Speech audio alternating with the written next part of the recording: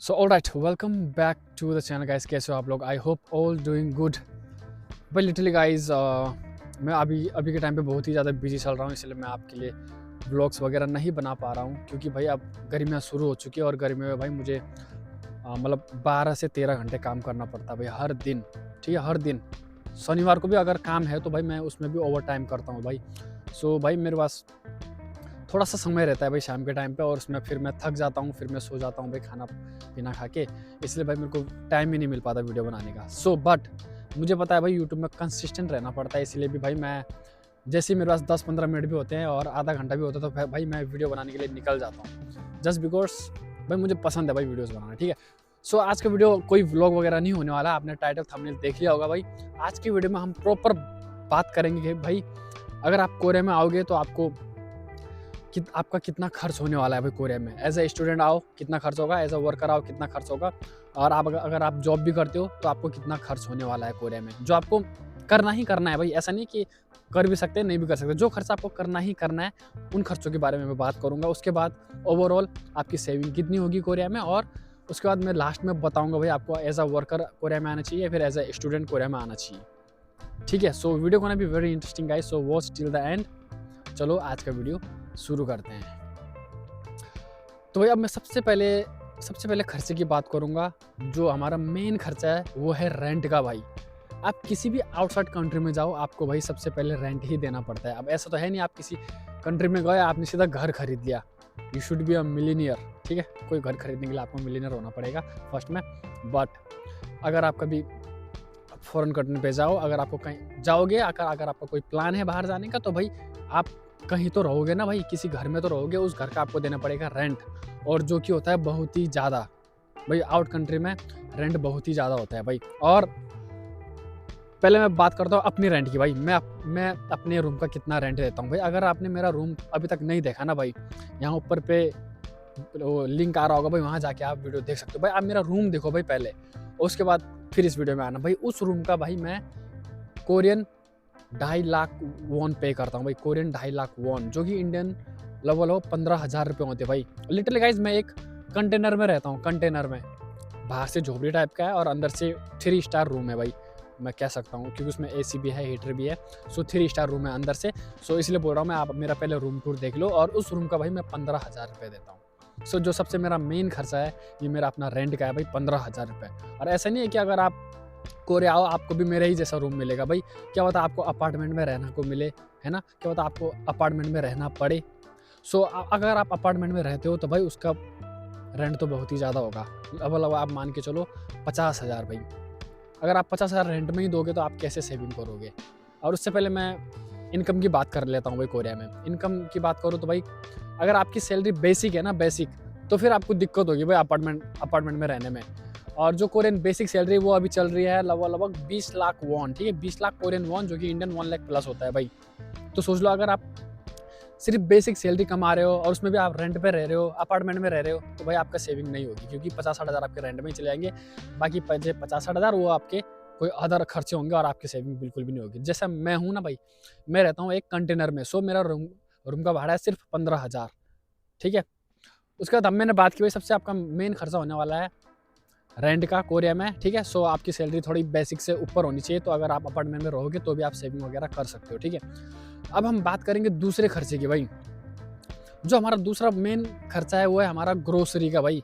क्योंकि ग्रोसरी भी बहुत ही ज़्यादा आता है भाई। अभी मैं बात कर रहा हूँ सिर्फ सिंगल पर्सन की। ठीक है, अगर आप फैमिली में आओगे तो फिर आपका ग्रोसरी का थोड़ा ज़्यादा ही आएगा। रेंट तो उतना ही देना पड़ेगा, क्योंकि आप एक अपार्टमेंट में आप 2-3-4 लोग रह सकते हो, लेकिन ग्रोसरी का आपको ज़्यादा ही होगा। ठीक है, मैं सिंगल की बात कर रहा हूँ, मैं सिंगल हूँ ना, इसलिए भाई जो मेरा ग्रोसरी का आता है वो लगभग इंडियन, ये भी 15 से 20 हज़ार के आसपास मेरा ग्रोसरी का आता है भाई, हर महीने। ठीक है, हर महीने मेरा ग्रोसरी का भी लगभग 15 से 20 हज़ार आ जाता है। सो मान के चलो रेंट मेरा 15,000 और ग्रोसरी का मेरा 20,000, तो 35,000 तो मेरे ऐसे ही गए भाई। ठीक है, ये दो मेरे मेन खर्चे हैं। उसका जो मेरा मेन तीसरा खर्चा है वो है इंश्योरेंस भाई।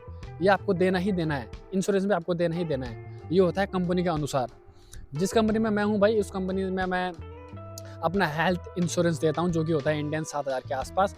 कोरियन में लगभग 1,12,000 कोरियन वॉन मैं पे करता हूँ भाई एज अ इंश्योरेंस। ठीक है, इंडियन 7,000 के आसपास आप मान सकते हो। तो मेरे जो मेन 3 खर्चे हैं भाई वो यही है। एक मैं रेंट पे करता हूँ, 15,000 उसके बाद मैं ग्रोसरी आइटम पे खर्च करता हूँ, जो कि फूड वगैरह हो गया, उसमें जाते हैं मेरे 20,000 लगभग। और तीसरा जो मेरा मेन खर्चा है वो भाई इंश्योरेंस का, जिसको देता हूँ मैं 7,000, ठीक है। तो 15 और 7 कितने हो गए, 22, 22 और 20, 42,000 मेरे ऐसे ही जाते हैं भाई। ये मेरा हर महीने का खर्चा आता ही आता है। और मेरी सैलरी कितनी है, बेसिक कोरियन, ठीक है, मतलब बेसिक सैलरी भाई मेरी कोरिया में अभी। और उससे थोड़ा बहुत मैं एक्स्ट्रा कमाता हूँ, मैं अगर ओवर टाइम वगैरह करता हूँ तो मेरी बेसिक सैलरी 25 लाख के आसपास चले जाता है, ठीक है। उसमें से फिर मैंने आपको बताया, मेरा जो मेन खर्चा था वो काट कूट के, मैं गर्मियों के टाइम की बात कर रहा हूँ। गर्मियों के टाइम पे आपका अच्छा खासा सेविंग हो जाता है। सब ठंडियों के टाइम पे मेरी कंपनी में काम नहीं होता है, सो मेरी कंपनी में थोड़ा पैसा कम आता है ठंडियों के टाइम पे। लेकिन अगर आप फैक्ट्री वगैरह में जाओगे, फैक्ट्री वगैरह में काम करोगे, तो आपकी सेविंग अच्छी खासी हो जाएगी भाई इंडियन रुपीज़ में, ठीक है। मैं बताऊँगा कितनी होगी। सो मैंने खर्चे की बात की। उसके बाद मैं चौथा खर्च बोलूँगा भाई, वो है, अगर आप मेरे तरह ट्रैवलिंग पसंद है ना, आपको मेरे तरह ट्रैवलिंग पसंद है, तो भाई आपको वहाँ भी खर्चा करना पड़ेगा। क्योंकि बस वगैरह राइड करोगे, ठीक है, बस में वगैरह में जाओगे और ट्रेन वगैरह में जाओगे, आप बाहर जाओगे तो कुछ खाओगे भी, कुछ खरीदोगे भी, वहाँ भी आपका एक्स्ट्रा खर्चा होने वाला है, ठीक है।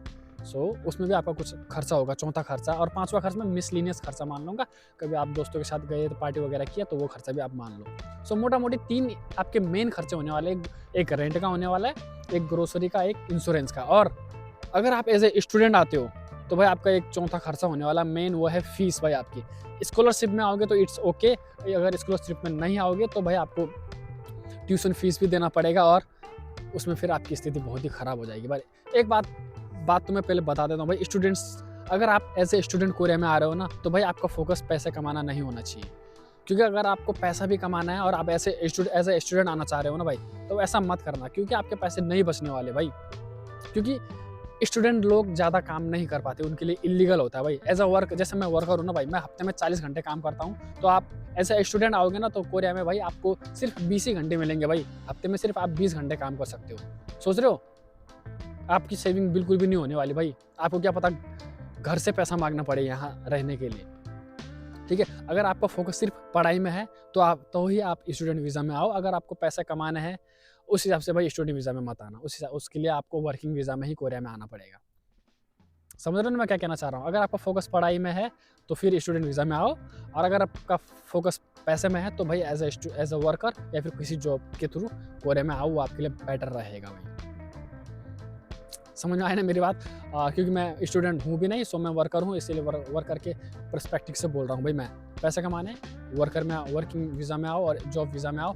अगर पढ़ाई करना है, पढ़ाई में फोकस करना है, तो सो आप स्टूडेंट वीज़ा में आ सकते हो। क्योंकि भाई स्टूडेंट वीज़ा में पैसा कमाना थोड़ा दिक्कत ही है भाई, क्योंकि आपको एक्स्ट्रा पैसे पे करने पड़ते हैं और आपको काम भी ज़्यादा नहीं मिलता, आप ज़्यादा काम भी नहीं कर सकते। सो ये आपके ऊपर है, आप डिसाइड करो भाई आपको स्टूडेंट वीज़ा में आना है या फिर वर्किंग वीज़ा में आना है। सो मेरा एडवाइस तो यही है भाई, अगर आपको फोकस सिर्फ आपका पैसा में, तो वर्किंग वीज़ा में आओ। अगर आपका फोकस सिर्फ स्टडी में है तो फिर स्टूडेंट वीज़ा में आओ भाई आप लोग। ये हो गया आपके मेन खर्चे भाई, मैंने बताया। अब मैंने अपना खर्चा भी बता दिया। और लोग जो भी फॉरेनर्स होते हैं कोरिया में, वो उनका भी खर्चा यही होगा भाई। मेन आपका रेंट में जाएगा, उसके बाद ग्रोसरी में, उसके बाद इंश्योरेंस में।